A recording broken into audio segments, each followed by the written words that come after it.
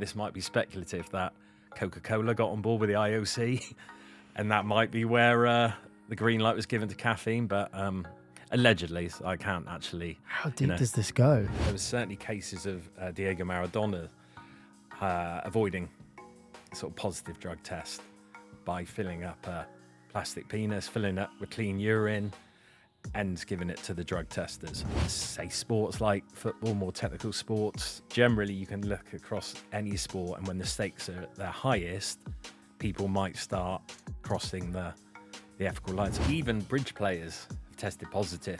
What? For drugs, yeah. Hello and welcome back to the Men's Health Built for Life podcast. Really looking forward to interviewing our guest today, James Witts, one of the UK's leading sports science writers.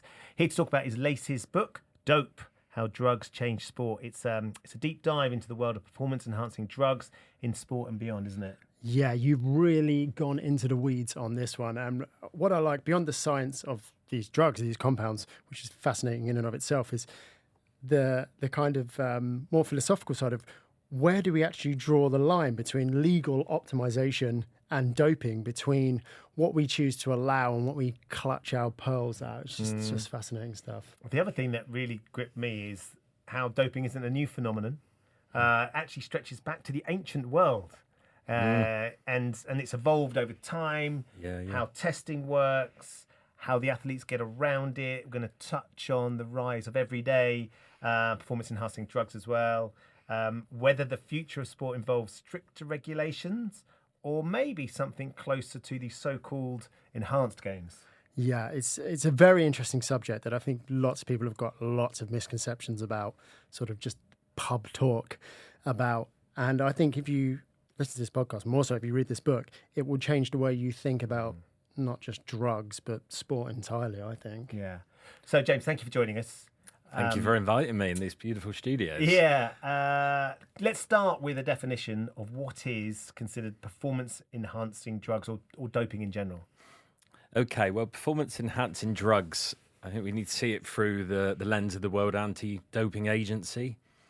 They're sort of the all-seeing eye, and they were formed, it was 1999, off the back of the Festina affair, which was this big drug bust in cycling.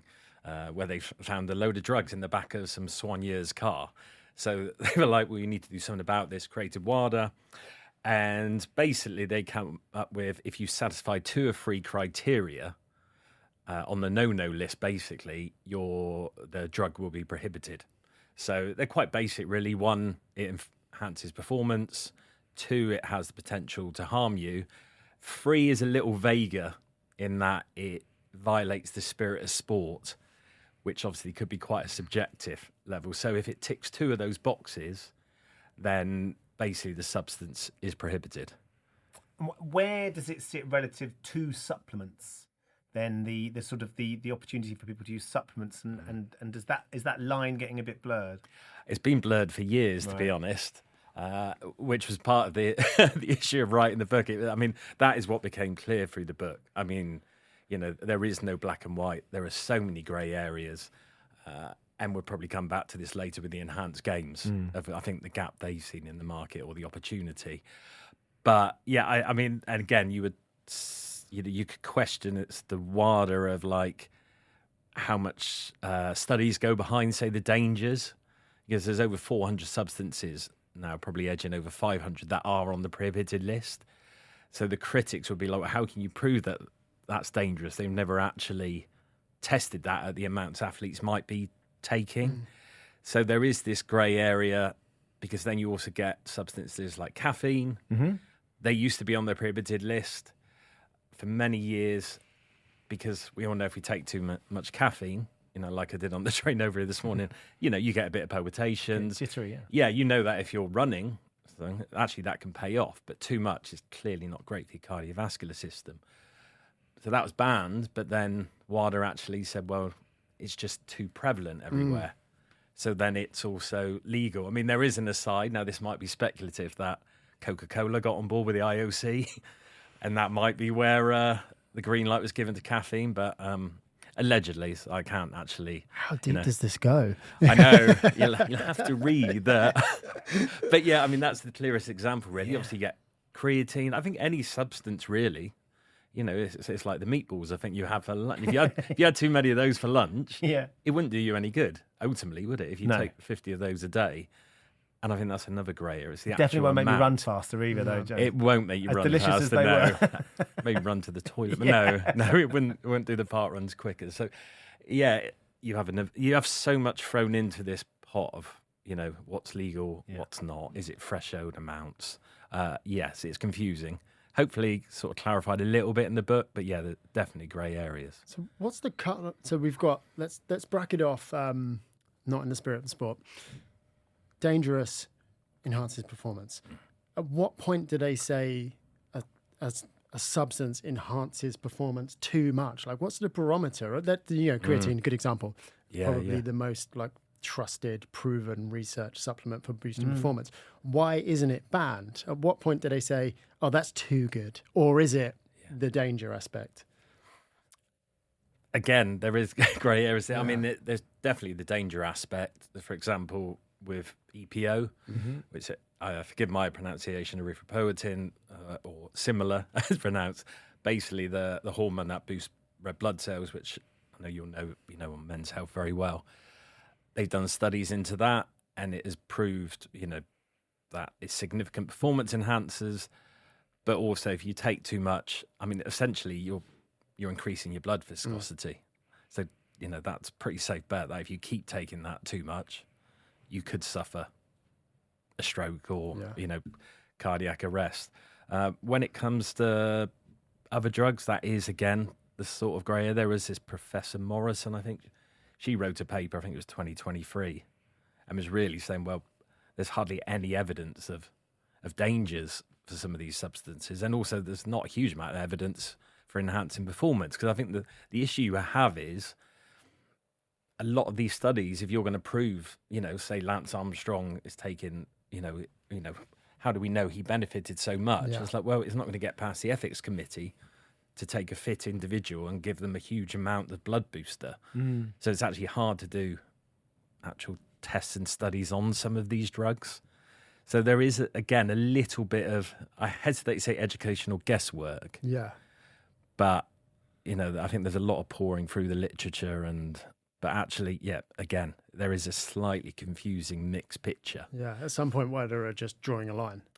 Yeah. It does, I mean, they go on the monitoring program first. So what it might be, a recent case might be tramadol, which is the painkiller. And it was, my background is a lot of sort of work in road cycling. And tramadol was really popular in the peloton. So it would be called a finishing bottle. So tramadol would be one of the ingredients in the water bottle and this was legal, the tramadol. Soigneurs would give the sprinters the bottle near the end, so they're nullifying the pain of a long stage, so they can dig a bit deeper. The problem is that there were accusations that the amount of crashes happening down the finishing straight were rising because you were getting a sort of a bit of a cognitive hit. Do you know, I was given tramadol post. I had a really catastrophic knee injury, and post knee injury, it was tramadol I was given to get over the pain. Oh right, and it is an extraordinary painkiller. Really. There's a euphoric feeling that comes with it, but it absolutely, like, to the point where I got a little bit nervous about how much of a difference it was making to me and enjoying it a bit too much. Oh, right, okay, yeah. And so I stopped taking it until my wife would insist on me having one because I was in so much pain. The idea that they are racing at 40 kilometres an hour, side by side, while I could barely get out of bed because I was sort of on the tramadol is extraordinary. I remember I remember meeting someone who'd been a rugby league player. Okay, yeah. And he was talking about, he was training in a different world, and he was saying back at the time, and this would have been 10 years ago, 15 years ago, a bit more maybe, that tramadol wasn't a banned substance in rugby league, and it was the only way they could get over the pain of the games and the training and stuff. So they used to sit around and take tramadol. Oh, wow. And of course, it's an incredibly potent painkiller and drug, isn't it? Yeah. That's extraordinary. Well, and that was it. They deemed it could be causing these crashes. So the process that WADA rolled out to take a drug from legal to potentially prohibited is it will firstly go on the monitoring program. So it would be like, okay, let's keep an eye, how many people are taking it. Again, might be surveys and stuff, but then they'll roll out tests. So in this case, there's a chap called Professor Lex Morger over at University of Kent, who's a specialist in painkilling. So he did trials with time trialists on tramadol in the labs, and he proved actually that it was a significant performance enhancement on these, well-trained athletes already of like 2% plus, and it was causing, the issues. So it's that danger aspect that comes in that made them say, this thing's not. That's very, very interesting. So, how far back does this all go? Because I'm really mindful right now. I'm really into the history of physical culture. I'm really into stone lifting. And there's a really famous, probably the earliest example of stone lifting being popular, right? Insight into as well. There's a big stone. It's in Athens, and it's got some sort of chiseled graffiti on it. And it says something along the lines of, Philoneus lifted this stone with one hand and pressed it above his head. Right. And the thing weighs about 140 kg. So bullshit, basically. That's what you call. Unless he was on gear. So how far back does doping go? Well, there's certainly tales of cheating at like the ancient Olympics, of even like betting and the like. In the modern Olympics, is more documented, obviously, that even as early as, I think it was the 1904 Olympics, like a marathon runner, I think he was a brass worker, an American brass worker. He was feeling a little bit of pain along the way, so his coach or someone shadowing him was given a little bit of brandy, but, a bit of strychnine in it as well, I think, just to try and ease things. And then they gave him too much, and actually I think he won it, but I don't think he ever run again or raced again. Really? Because it just sort of left such an impact. Damaged him so badly. Yeah, so I mean, I guess, with like your tale, it's man and woman and their desire to be the best and reach for the stars, and in this case the gods, has obviously lent itself to cheating over the years many times. I mean, through the 20th century, again, it's obviously more documented. One of the most tragic cases, I'm sure we've heard of Tom Simpson in 1967, the British cyclist who was going up Ventoux on a boiling hot day, as it always is, I think, in Ventoux, and Ventoux is very exposed. And he'd sort of taken a bit of a mixture at the bottom of the climb, which included amphetamines. And I think on that day, it was just the heat, the dehydration, his heart rate. It ended up having a cardiac arrest and passing away. And there are just tales galore that we all know. I mean, I put in the intro to the book that one of my earliest memories is Des Lynam. We all remember the smooth Des. Yeah. And it was the 88, the Seoul Olympics. And he was I think he'd received a bit of paper from one of his colleagues. And he was then proceeded to explain how Ben Johnson, had tested positive for the steroids in the 100 meters, and saying if this proves to be correct, it'd be the biggest story that there has ever been in the Olympics, which arguably, what are we now, 38 years later, possibly, still is. Yeah. And then, I mean, more recently, again, from my world of cycling, I mean, if you mention doping, people naturally really think cycling, don't you? Yeah. I mean, Mr. Armstrong, he obviously was the the standard bearer, the poster boy, as it were. The poster boy for many drugs. He was obviously, he took everything. But interestingly, I thought with Lance, as I call him, is that well, I think there's also, I allude to it a little bit in the book, of this whole issue of placebo, and they always feel with Lance, he just, he believed stuff more. He wanted to win. He had that need to achieve, which was just absolutely fierce. So actually, the drugs were having an effect, but I think there's an argument, which again is hard to prove, that he believed they were having as big an effect as they could, which then raised the bar even higher. Again, it's, you can't prove this, but there are so many cases. And also, I mean, we might come onto it almost more comically, of avoiding the actual drug testers and things like penis prosthetics and the like, which we might come on to later. Penis prosthetics, so you can do a urine test that's not actually your penis. Yeah, and in the research of this book, I came across the Wizinator. The Wizinator? Yes, which is... it's not someone in the World Darts Championship, is it? The Wizinator? It's not. No, it's... yes, it's a plastic penis. Other brands are available. Are they? Are they? I assure you. That's a separate podcast. Yeah. But well, I don't know whether the Wizinator was used by Maradona. I think his time was before them. But there was certainly cases of Diego Maradona avoiding a sort of positive drug test by filling up a plastic penis, filling it with clean urine, and giving it to the drug testers. And apparently this became a prized item in Argentina, and it was framed in a museum, I think, in Buenos Aires. Of course it was. And they took it on tour, this plastic penis, and someone stole it. So someone, presumably in South America, has got Diego Maradona's artificial knob on their penis mantelpiece. Yeah, that's extraordinary. Allegedly, yeah, Collector's obviously. item. A collector's Yeah, item. it's on the yes. black market. You can't tell anyone. You can't tell now. anyone. You can't tell anyone I'm 'cause he's nicked it. sure. Again, maybe I don't know why I know this, but I'm sure there's a lucrative black market for these On the dark web. On the dark web, yeah, absolutely. What do you think, James, are the common misconceptions from the public about performance-enhancing drugs? What do we get wrong? What do we assume is happening with them, but actually isn't? Well, I guess one of them might be the perception of which sports and which sportsmen and women might benefit from performance-enhancing drugs. Again, sound like a scratch record. Cycling has obviously had its issues, athletics, marathon running. So there's an association that, it's really just about boosting fitness, endurance, sort of gross skill sports. So it might be like, well, why would a footballer ever take a performance-enhancing drug? That's not going to make you do a more skillful cross turn or, be able to sort of produce more stepovers at once. But it's like, well, football, especially, in this day and age, is more physical than it's ever been. And players, there's so much accountability. There's so much money in the game. They have all the stat sports and all the GPS monitoring. So they know it's more physical.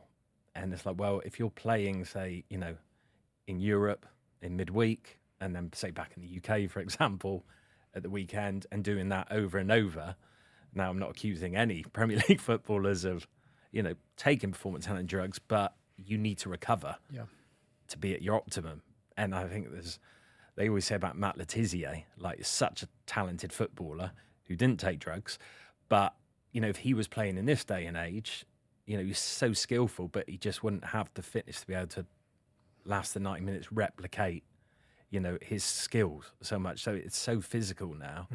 I feel it would be a bit naive to think that, say sports like football, more technical sports, people wouldn't, take performance-enhancing drugs. I think generally you can look across any sport, and when the stakes are at their highest, people might start crossing the ethical line. So I think there's definitely an aspect there, a sort of perception that it's just about gross skill. There was one chapter about sort of the mental health repercussions, and I thought that was fascinating because as I spoke to this chap at Bern University, and he was from the Wirral originally. I think it was Alex Smith, but he was saying it's so black and white with doping in sport. You splash it on the papers and everyone's like, absolute criminal, and there is no grey area. And it's like, well, yes, but you've got this, say, for hypothetical, say 20-year-old Kenyan, your background isn't a huge amount of resources. You might be growing up in poverty. You might have a team around you of 20 of people who are 40 plus who should know a lot better. So, well, if you don't take this, you're not going to be earning the money to feed your family. And so I think there's very much sort of that perception. Yeah, just because someone might cheat,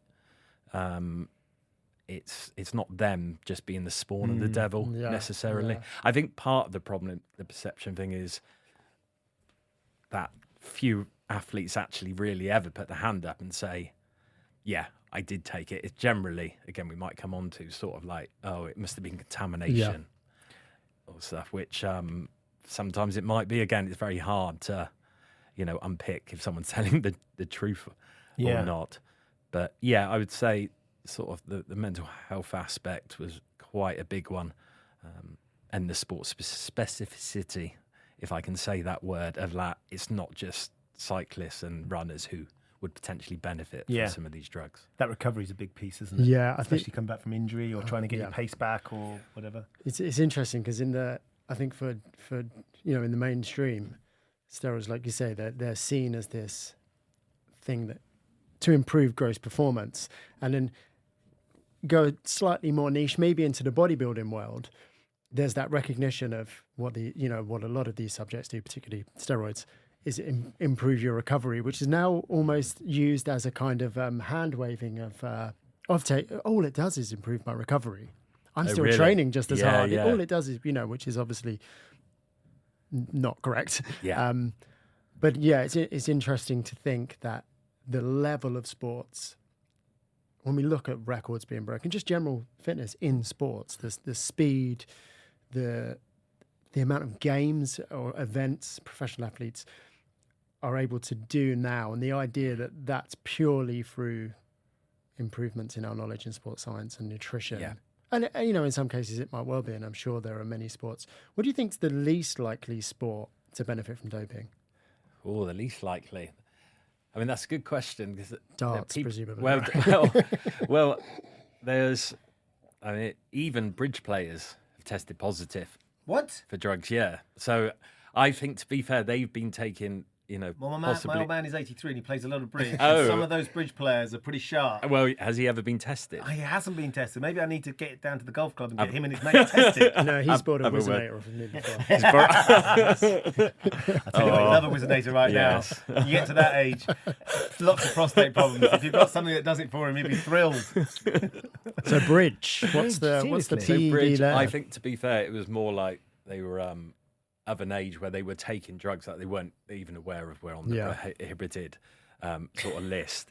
But there was the tale in snooker. I don't know if you remember Bill Werbenick. Yes, big Bill Werbenick. Yeah, Bill Werbenick. Is it beta blockers? Yeah, yeah, absolutely. So Bill was, for listeners who weren't aware, he was this Canadian snooker player, and he was like when snooker was really huge, sort of in the 80s, and Hurricane Higgins, that's it. Dennis Taylor and the Steve Davis final.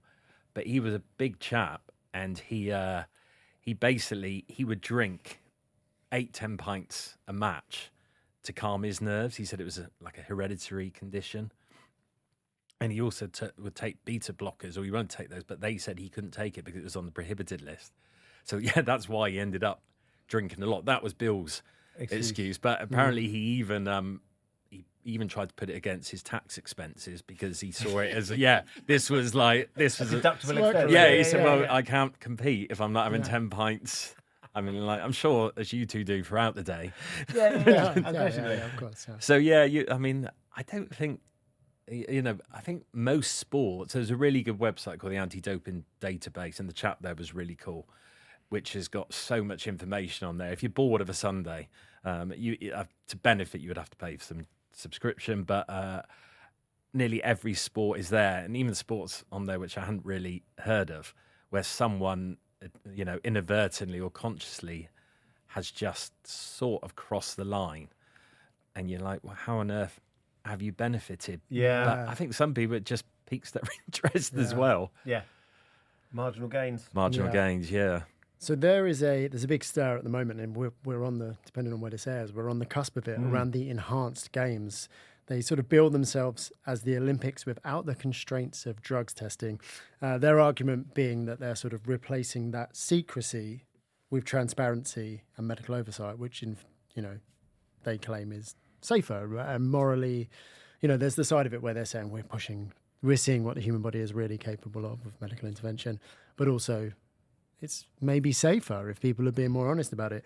Do you see any good incoming from this? Well, it's a very good question because going back to the book, the book finishes on a chapter on the enhanced games because it fits quite neatly, really, with almost like a future view, which obviously isn't a future view because, well, May the 24th is going to be the first enhanced games. It was interesting. I spoke to one of the founders, Aaron D'Souza, a couple times, and when I first spoke to him, it was very much this libertarian idea of it's your body. This is scientific advancement. Humans are about pushing the limits. Why would we have tried to climb Everest or reach for the moon? And it was compelling, and there is a compelling argument there. But then the next minute, or next time I interviewed him, it was suddenly gone from this libertarian idea to a little more, we're going to become the Amazon of enhancement. And it was like, okay, it's not this pure sort of beautiful philosophical notion. It's like, that's clearly what was being told to Donald Trump Jr. and the likes of Peter Thiel, who have invested in the enhanced games, that they are going to provide these performance packs. I think they call them for about $500 a month, which I must admit I haven't checked in the last week whether they've gone live yet. Right. But they certainly mooted to have like testosterone peptides, and yet see it as we are at an age. I mean, it's such obviously very pharmaceutical heavy world we live in, certainly in the Western world these days. So there was a compelling argument of drugs are almost everywhere. How many people are also doing them in elite sport and even in amateur sport? This is just tidying it up almost. Yeah. Like I said, could be safer because they said it will be measured, doses and the like.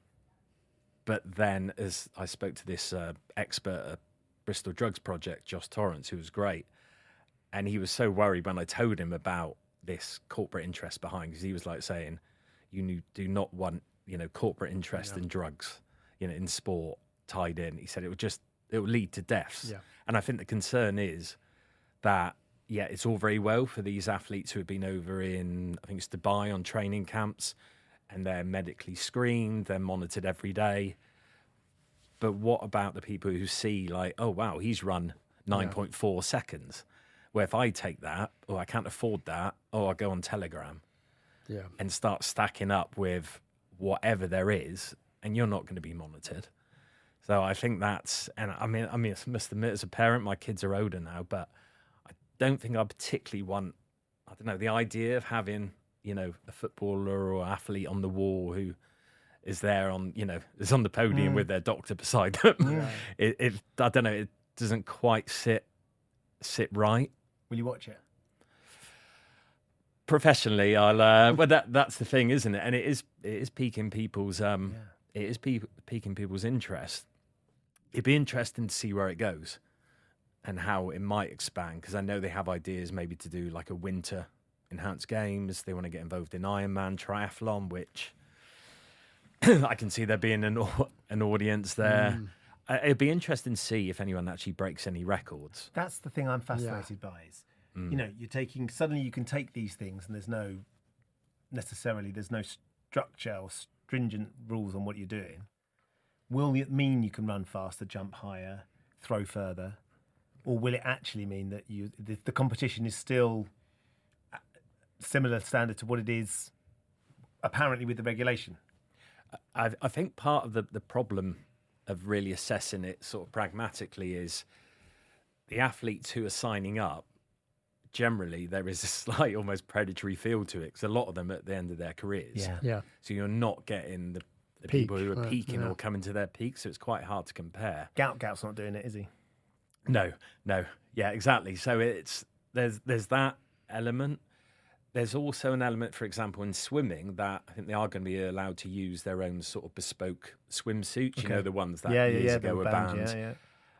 So again, it's like, well, how would the viewer then unpick, if someone breaks a record, how much is the suit and how much might be because they've been on peptides for 6 weeks. I mean, on the flip side, it might be interesting to see actually how much impact they do or don't have. Because I know that I spoke to the swim coach there, Brett Hawke, and he was saying they're very much microdosing. It's not going to be too much. It's all going to be monitored. Because they're worried about the impact of it, or because they don't think they need that much? I think there's probably an element of that. I think there's an element that basically these athletes, I think, are basically part of a scientific study. Yeah.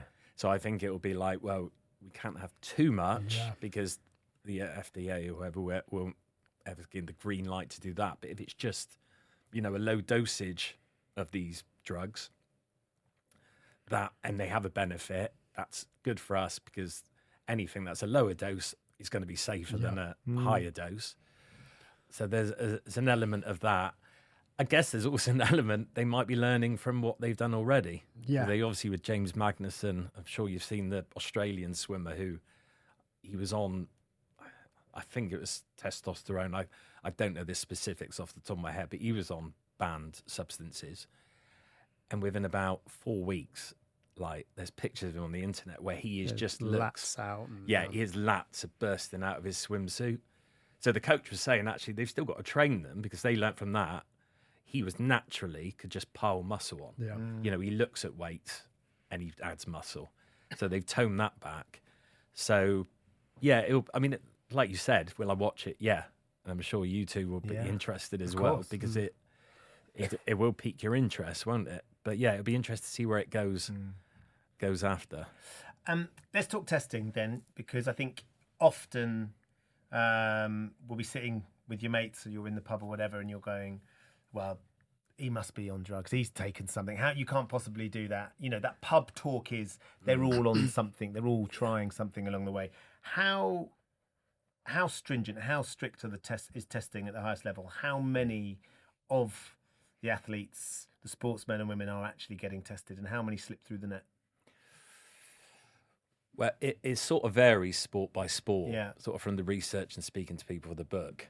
Again, going back to my sort of, daily sport, shall we say, of road cycling, which I cover a lot for magazines and written books before on the subject, the top riders could be tested 30 to 50 times a year. Okay. Whereas top footballers might be half a dozen. And I think because cycling had such a tarnished reputation. So it's still under the microscope? Yes. I think, again, it's so stained by the past with Lance and the Festina affair that, there's comedy movies made about it. There's loads of films, loads of books. But cycling, for example, has improved. I mean, certainly budgetary-wise, I think the UCI, the International Cycling Governing Body, I think it's about 70% of their budget goes to anti-doping, whereas the Premier League, I think it's like less than 0.1% clubs might. There's a huge disparity. That's not to say footballers, for example, aren't tested, but cycling throws far more money at it now. Athletics, again, has been sort of tainted, especially recently. But they set up the Athletes Integrity Unit, which is actually now deemed as sort of the standard bearer for anti-doping authorities, that they are actually, as the chairman of it, David Howen, who used to be at the World Anti-Doping Agency, told me, he's saying, James, the difference between us and other anti-doping units is we will go after the big athletes. Obviously the inference being that some sports, they've turned a blind eye. They might get the small fry just to show that. But the actual, that's the financial side. The actual physical testing they do, one of the biggest sort of advances, which was many years ago, 2008, 2009, was the athlete biological passport. Yes. Which, I'm sure you've heard of, which is basically monitoring your blood values over time. And then you can look at steroid levels and hormone levels and really seeing it's not a direct test. So it's indirectly measuring if you take a blood bag, or EPO, will your blood levels go up, or your reticulocytes, your new red blood cells.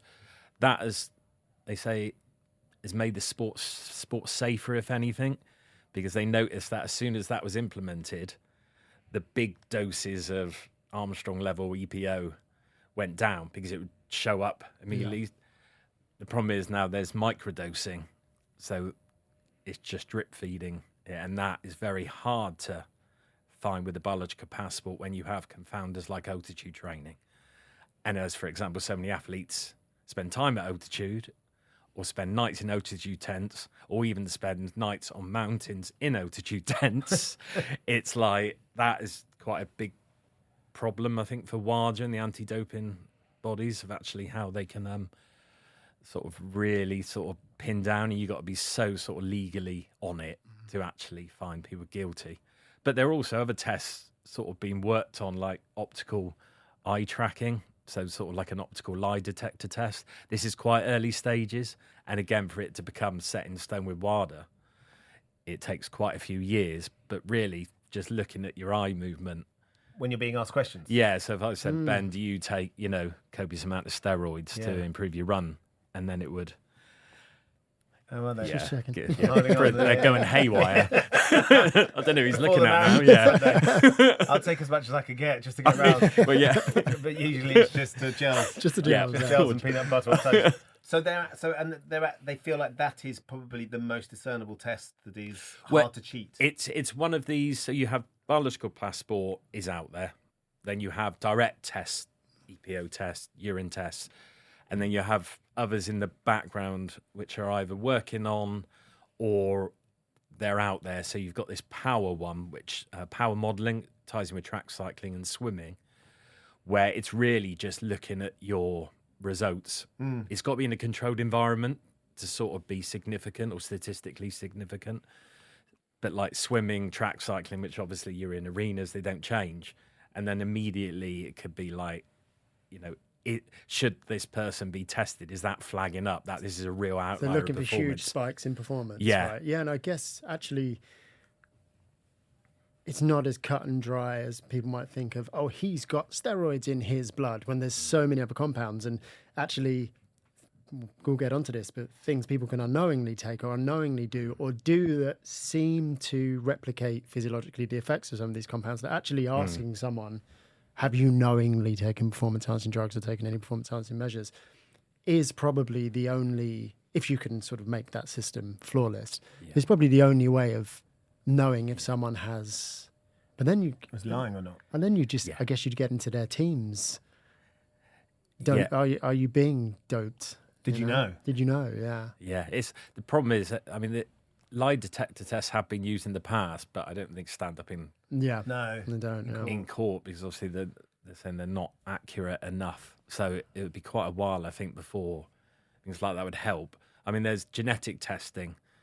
This chap called Professor Yanis Pitsiladis, he's based there in Hong Kong now. He's a very, eccentric character. I mean, he's a very intelligent chap, but he's created this genetic test which he feels would like transform. This is because you're getting right to the level, the basis level, to identify if you've switched genes off or on by taking EPO or steroids. But he's hit a bit of a war with funding, which is why he's gone to Hong Kong, because he's seeking private sort of investment now rather than relying on anti-doping sort of funding. What about the other side of this, which is masking and getting away with it?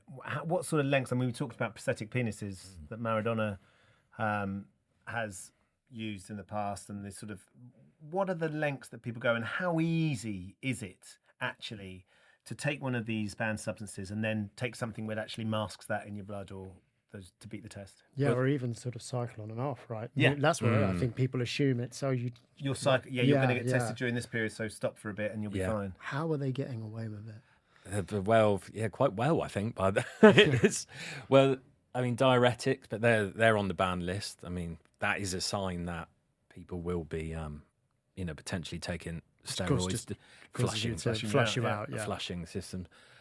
There was a chap called Max, I think you pronounce it Hawke, Hauke. So he's an Austrian cross-country skier. If you haven't seen it, I would go to YouTube to have a look. It's a really sad image, actually, of the Austrian police raided his apartment, and they caught him on camera, basically, with a blood bag connected to his arm, and he was sheepishly just rubbing the inside of his thigh, looking at the camera, because it was a policeman had one of these cameras on his head. But he was, he basically then, he was like, well, clearly I'm guilty. Because, but then he revealed quite a few of even the simplest methods that the athletes would use to avoid the testers. So, for example, he would hire out, if he was at a competition, the top floor apartment. Because he said, if the doorbell goes, simply, if it's a doping controller, so you got that little bit more time to actually faff around. But then also, you'd be like, well, I just told the doping officer that I've really exercised hard. And if you've exercised hard, part of the ruling is you can't then be tested for 2 hours just because of the impact of dehydration. That I think that is changing to an hour, because I think what I've seen, this is clearly like a get out of jail free card, right? Yeah. So even stuff as simple as that, athletes have used in the past, and I'm sure they might be using now. And that's just to kick the can down the road of testing. Like, just or is that because they can do something in order to?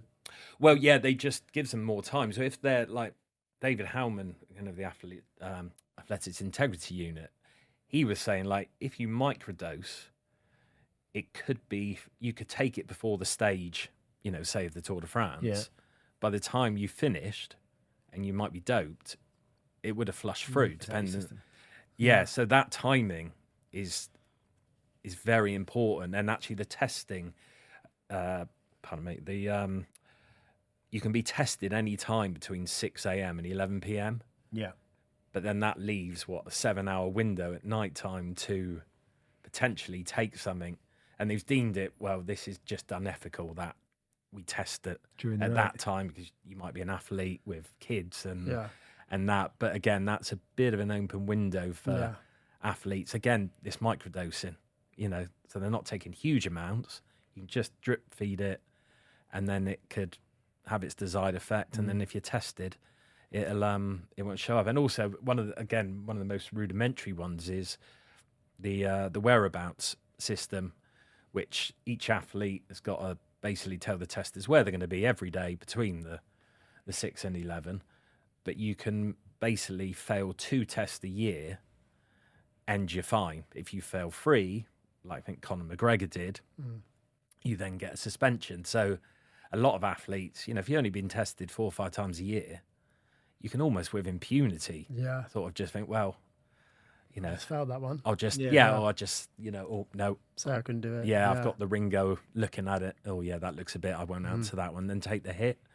So, yeah, there's some quite simple ways of just avoiding it, which is the slight concern I think came out of the book. Is like, there's some real top-notch science behind it, but then there's also like... Just not answering your door. Yeah, just answering the door, Simple. Yeah, we had Chris Eubank Jr. in here before the first Ben fight, literally sat across like you are now, just about to start rolling, and he was pulled in for a drugs test. Like, really? Yeah, there was. Wow. Yeah, it's.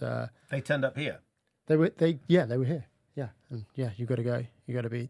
You got to go and be tested. You had to go and do that kind of amazed me as to like, they really are on it. But like you say, there are ways around it, and I think they're a lot more maybe low tech than people would think. Right? Just there are loopholes that. I mean, prosthetic penises and things like that. The sort of thing that you get in a National Lampoon's video. Isn't Yeah. it? Well, film. yeah, It's absolutely. like a comedy film, but actually, that's the reality. Well, you've had doppelgangers as well. So athletes have tried to, fob off like again, maybe the deepest, darkest of wherever, where it might be a relatively low profile, runner, but higher profile enough to be tested regularly, and they'll just say, "Oh, do you mind just weeing in that pot for me, please?" Because you look a bit like me. Yeah, Juninho, I used to get mistaken for Juninho, the Brazilian footballer that played for Middlesbrough. I can see that now. Can you see it? Yeah, I can.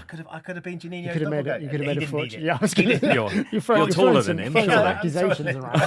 I am taller than him. It's not the only person I'm taller than. I am taller than him, but I still get it an awful lot from people. I could have helped you, but he didn't need it. He didn't He need didn't know that. He was a great footballer. We're definitely seeing the rise of the sort of, I guess the enhanced game sort of falls into this, but more and more now on the legal side, particularly right now with the rise of GLP-1 drugs and TRT becoming more and more common and mainstream, the rise of sort of the human guinea pig. I think in our lifetime, it's now not uncommon for people to be doing sort of medical interventions on themselves at home, which, not too long ago seemed insane. In your research, have you come across any patterns in how everyday people are using performance-enhancing drugs? Well, there's certainly a lot of cases in amateur sport where I found there was, for my remit of what I was trying to write, there's a bit of a grey area because a lot of the drugs used by the amateur sports person were probably more in image enhancing, but you were getting the performance enhancing. But again, going back to this Josh Torrance from Bristol, who's on the Bristol Drugs Project, he was saying one of the best things the authorities have ever done with countering deaths with drug use on the street is the clean needle policy. So, you know, with impunity, you go to the Bristol Drug Centre, you take your used needles, and they give you clean ones, stops hepatitis, you know, AIDS. But he said when they started it, he was, you know, staggered to see how many young lads there were who were from the gyms thinking, oh, we can get free needles now for our steroids. Yeah. And he was saying that, he was a bit sort of wow. Taken And his subsequent research has just seen, you know, the amount of use for youngsters, which has just almost become the norm of like, it's almost like taking like creatine or caffeine. It's just a sort of norm thing. Again, there's a bit of separation between sportsmen and gym goers, but there's also sports people, say like Shane Warne, who failed drugs for image enhancing substances through trying to lose weight quickly because he thought he looked a bit chubby on the on the camera. But I think the youngster side is quite a concerning one, again, because of how these things are being portrayed to them, like via TikTok. There was, I think it was Dan Burke, he was high up at the Intelligence and Investigations at USADA, which is United States Anti-Doping Agency, and he was just saying there's so many adverts on TikTok for, you know, steroids, peptides. And he did quote one, which I've written down because I always forget the name of it, but he was particularly worried about DNP. Oh, Jesus, Yeah, which you heard of DNP? Yeah, I mean, DNP's been around for years and years and years. And it's one, I would say, even the most like hardcore guys I know or know of. I'm talking about guys who take insulin and like have lost their eyesight for the sake of getting bigger muscles, you know, are scared of DNP. Really? Would be like, it's insane. Well, he was the same. He was like, he said basically, you can shed a lot of weight. It was created, I think, in World War One, and sort of the French think they found out by accident. Yeah. So it was created for, I don't know, explosive making reasons. dynamite. Yeah. And I guess because of that, it helps you shed weight, I think it was, or makes you leaner. But it they can realised also, people were losing a lot of weight. Yeah. It's like a. I think people were dying. It's a metabolic uncoupler, I think, is like this. You know, I'm not a scientist, but it essentially affects the way your body can utilise calories properly, which makes, I think, effectively, the top line is like it makes you really ineffective at using calories. So you just have to use loads, but you basically cook from the inside out. And there's people that have died of overheating, and they've, you know, I think effectively, if it goes wrong, if you're not near like an ice bath to put yourself in and cool yourself down, you're in trouble. You can just cook from the inside out. And so I'll let you get back to it, but I just, because this is crazy stuff. I think one of the side effects is, and this might just be sort of, sort of hearsay, but like your bodily fluids become effectively sort of toxic, and you could like make your partner sterile. You're sweating. You know, you will dye your bedding because it's just like something you look at and you go, for the sake of, losing a few pounds, even bodybuilders don't. And he's worried about that because it's all over TikTok. He said, I think there's over 30 people in the UK alone, I think between 2017 and 2023 had died through. Yes, insane. He said, and he's worried probably more on the image side again because it's proven to cut a lot of weight. But he's saying that he's just very worried about how the messaging for younger folk and some of these drugs are so sort of dangerous. Especially at these high doses. There's that fear for young people sort of aspiring to the aesthetic and taking a shortcut to where they are. But in terms of performance enhancing drugs in professional sport, where do you think that's going, James? Well, there were a couple of people they almost echoed each other of like, what's the future going to be? What are going to be the main issues? I mean, artificial intelligence, it feels almost compulsory to say that in most conversations at the moment, doesn't it? But a chap at WADA had said, there were concerns there of just like how easily maybe new drugs could be created with the right information and would be undetectable. It would almost present too big a problem for WADA because of the process of trying to find the drug, pragmatically test for its benefits. So you could almost have a bespoke, drug for you, what might work better for you, for me. So you could have God knows how many different performance-enhancing substances, which would be really hard to speed of development of new drugs. Speed, and I guess almost bit more experimentation. Obviously, that brings with itself its own danger. One of the looming ones, which has loomed for ages, and I remember writing a feature on this for one of the magazines I write for years ago, is genetic doping, which I think it was mooted almost once the Human Genome Project, I think it was, finished, or part of it finished in the early 2000s. And I think gene doping, WADA recognised in 2003 and put it on the prohibited list. So that has been one which is floated for 20 years now, and a lot of the experts I've spoken to for the book and in the past have it hasn't quite reached the levels yet. They say it's still too dangerous for How would gene doping work? Well, in various different ways, really. I think have you seen the Brian Johnson film where he was like a bit on Netflix. Gene therapy? So I think there's and that's the unknown. There's still a lot of research to go into it, but I think they're sort of saying, well, if you can do it safely, you can almost switch genes on from an early age, almost from birth. There are various different ways of doing it, and create your superhuman. I always remember reading this book by, I think it was Chris Cooper, about doping, this professor, and it had this cow in there, which I think the double muscle ball. Yeah, it was basically something to do with myostatin, and it just didn't have the gene to either turn it on or off. I can't quite. Myostatin, if you don't have the myostatin gene, if myostatin is switched off, myostatin is the gene that limits muscle growth. So if you don't have myostatin, and that's always been the race, is to find a way to how can we turn myostatin off? Yeah. So I think it's similar to that. So if you reach a point where it might be quite safe, I think the authorities would be concerned of just the detecting. That would go back to this Yanis Pitsaladis gene testing idea, which he feels could be the all-seeing sort of all-seeing test. But you wouldn't catch them if they were bred that way, right? Well, no, I think that would be that's the issue. What are you comparing against? I mean, one of the short-term ones is even Ozempic in Manjaro. I think it's on the monitoring list now at WADA, just because of its prevalence. Because you think, well, how would sportsmen obviously really use that? Because you can lose muscle in that, obviously, as well, can't you? But fundamentally, weight bearing sports. Yeah. They've had a lot of athletes in the build up to Paris. We're using it again in cycles, like you mentioned earlier, of Jan Ullrich, for example, years ago was a famous German cyclist who won the Tour. He was noted for ballooning in the off season. I guess like Ricky Hatton used to. So it's that's clearly an easy way to lose. Yeah, the weight you need to lose. Yeah, so it's interesting that's being monitored now. I mean, how they would test for that. So there's the short term, but I think the long term is probably the gene doping, and who knows where AI might go with sort of novel substances. And watch this space, I guess. Yeah, well, absolutely fascinating. And as I said at the onset, this book made me think about sport differently. It made me think about why do we compete? What's the point in competing? What are we trying to achieve? What is the spirit of sport? And where do drugs play into this? What is it we're looking to do?